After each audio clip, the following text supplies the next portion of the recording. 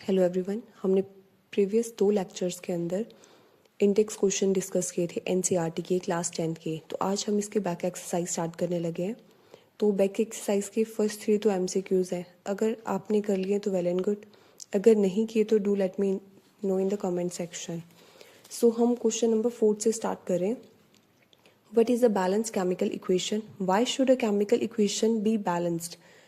तो balance equation हमें पता है कि a balance chemical equation is that in which atoms of reactants must be equal to the atom of product. यानी कि लेफ्ट हैंड साइड जितने एटम्स होंगे राइट हैंड साइड भी उतने ही एटम्स होने चाहिए। जैसे एक एग्जांपल मैंने आपको करवाया था लास्ट लेक्चर में, C+O2 give rise to CO2। तो यहाँ पे रिएक्टेंट साइड अपने पास कितने कार्बन है? 1। ऑक्सीजन कितने हैं? 2। एंड राइट हैंड साइड पे भी हमारे पास कार्बन कितने हैं? 1 एंड ऑक्सीजन कितने हैं? 2। तो ये क्या है? जब एटम्स इक्वल हो तो उस रिएक्शन को हम बोलते हैं balance equation. A balance equation is that in which atoms of the reactant must be equal to the atoms of. यहाँ पे ये है कि why should a chemical equation be balanced? Chemical equation को बैलेंस करना क्यों जरूरी है? क्योंकि हमें पता है law of conservation of mass जो प्रॉपर्टी है वो हर जगह एप्लीकेबल है। उसका मतलब ये है कि जो मास है वो कंजर्व रहता है, वो कभी खत्म नहीं हो सकता। मतलब उसको डिस्ट्रॉय भी नहीं कर सकते, ना हम क्रिएट कर सकते।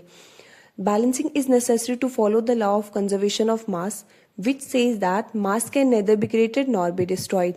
तो इसी लॉ को फॉलो करने के लिए जो केमिकल इक्वेशंस है उनको बैलेंस किया जाता है, क्योंकि मास को हम ना तो क्रिएट कर सकते हैं ना हम डिस्ट्रॉय कर सकते हैं। देन उसके बाद हमारे पास है 5th question. C translate the following statements into the chemical equations and then balance them. सबसे पहले हमारे पास क्या है? Hydrogen gas combine with nitrogen. क्या चीज है? हाइड्रोजन गैस किसके साथ कंबाइन हो रही है? नाइट्रोजन के साथ। तो हम लेफ्ट हैंड साइड पे क्या लिखेंगे?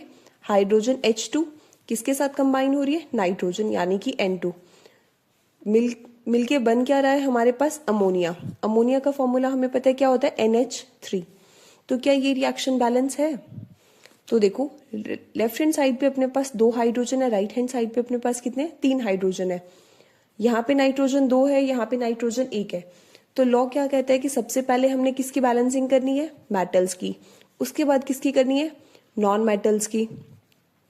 देन हमने बैलेंसिंग करनी होती है हाइड्रोजन की, एंड एट लास्ट हमने बैलेंसिंग करनी होती है ऑक्सीजन की।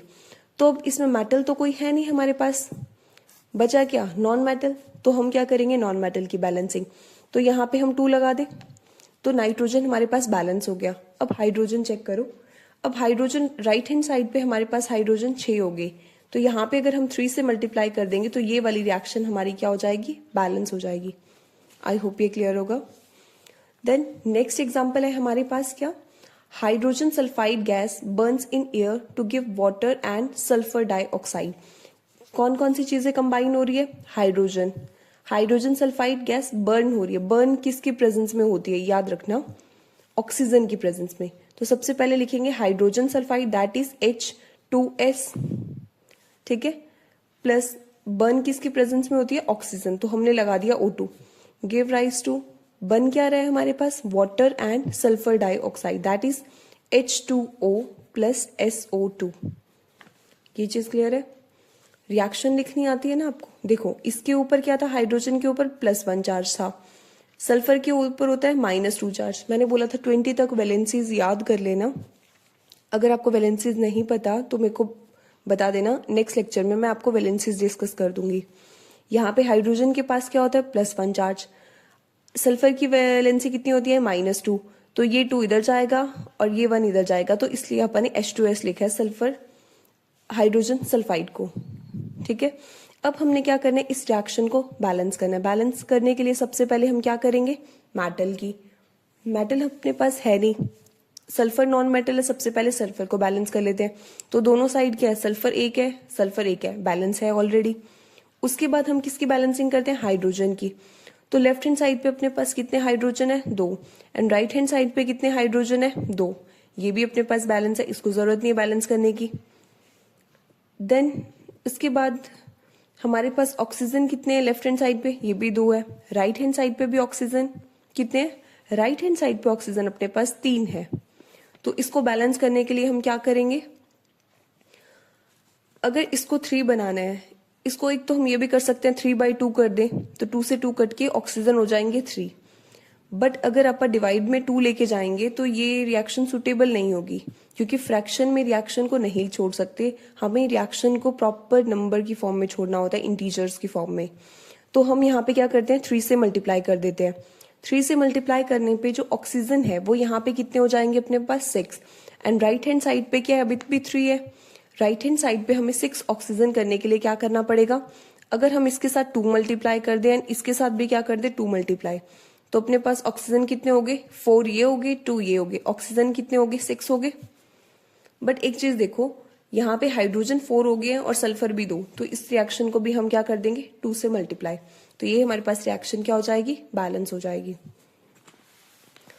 देन नेक्स्ट एग्जांपल है हमारे पास barium chloride reacts with the aluminium sulfate to give rise to aluminium chloride and precipitate of barium sulfate। सबसे पहले हम क्या लिखेंगे, barium BaCl, that is barium chloride किसके साथ रिएक्ट कर रहा है, एल्यूमिनियम सल्फेट के साथ, that is AlSO4, give rise to aluminium chloride, that is AlCl, and precipitate of barium sulphate, that is BaSO4।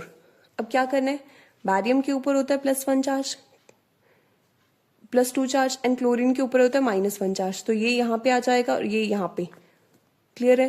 Aluminium के ऊपर होता है +3 चार्ज, सल्फेट के ऊपर होता है -2 चार्ज, तो चार्जेस में ये इधर आ जाएगा एंड 3 की मल्टीप्लाई इधर हो जाएगी। सेम यहाँ पे एल्यूमिनियम के ऊपर क्या होगा, +3 चार्ज एंड क्लोरीन पे -1, तो इसको हम लिख सकते हैं AlCl3 क्रॉस मल्टीप्लाई करके। अब यहाँ पे बैरियम के ऊपर कितना चार्ज होता है, +2, एंड सल्फेट के ऊपर -2, तो इसको लिखने की जरूरत ही नहीं है, क्योंकि इधर 2 एंड इधर 2 सेम ही बात है, चार्ज इक्वल है, ठीक है। अब हमने क्या करना है, रिएक्शन को बैलेंस करना है। सबसे पहले हम बैलेंसिंग किसकी करते हैं, मेटल्स की बैलेंसिंग करते हैं। तो देखो लेफ्ट हैंड साइड पे क्या है, बैरियम, ये राइट हैंड साइड पे भी बैरियम, एक एक है, इक्वल करने की जरूरत नहीं है। सो उसके बाद हम देखेंगे एल्यूमिनियम भी तो मेटल है, यहाँ पे एल्यूमिनियम के कितने एटम्स है, 2 एटम्स, यहाँ पे 1 है, तो इस रिएक्शन को हम क्या कर देंगे 2 से मल्टीप्लाई, ठीक है। इस रिएक्शन को जब हमने 2 से मल्टीप्लाई कर दिया तो एल्यूमिनियम भी अपने पास बैलेंस हो चुका है। अब बचा क्या, chlorine and sulphate.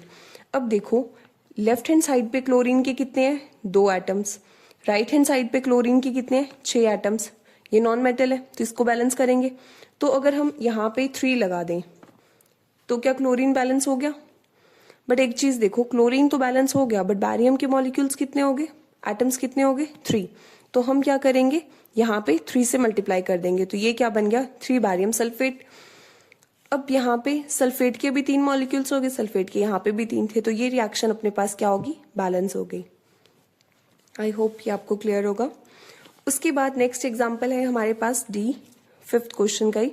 Potassium metal reacts with the water to give rise potassium hydroxide and hydrogen gas. तो पोटाशियम का सिंबल क्या होता है, दैट इज K, और ये किसके साथ रिएक्ट कर रहा है, वाटर के साथ, that is H2O, and give rise to क्या बन रहा है हमारे पास, potassium hydroxide, that is KOH plus hydrogen gas बन रही है, ठीक है। अब देखो पोटाशियम के ऊपर कितना चार्ज होता है, +1, OH के ऊपर नेगेटिव चार्ज, तो इसको बैलेंस करने की जरूरत ही नहीं है, हाइड्रोजन वैसे न्यूट्रल मॉलिक्यूल होता है। अब देखो एटम्स इक्वल है, K 1 है और यहाँ पे भी K अपने पास क्या है, 1 ही है, तो बैलेंस है। उसके बाद किसकी बैलेंसिंग करते हैं, पहले होता है मेटल की, फिर नॉन मेटल की। अब नॉन मेटल कुछ है नहीं, उसके बाद होगी हाइड्रोजन की बैलेंसिंग।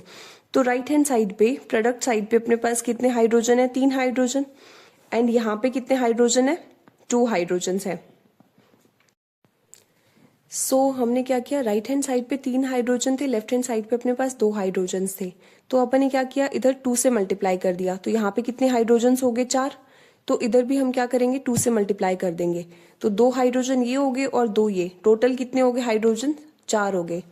बट यहाँ पे K2 हो गए, तो हमें यहाँ पे 2 से मल्टीप्लाई करना होगा ताकि K की एटम्स भी इक्वल हो जाए। अब ये अपने पास रिएक्शन क्या है, बैलेंस है, 2 ऑक्सीजन इधर है, 2 ही ऑक्सीजन इधर है, 2 पोटाशियम इधर है, 2 पोटाशियम इधर है, 4 हाइड्रोजन इधर है, 4 हाइड्रोजन इधर है, 2 ये और 2 ये। आई होप ये वाला भी क्लियर होगा।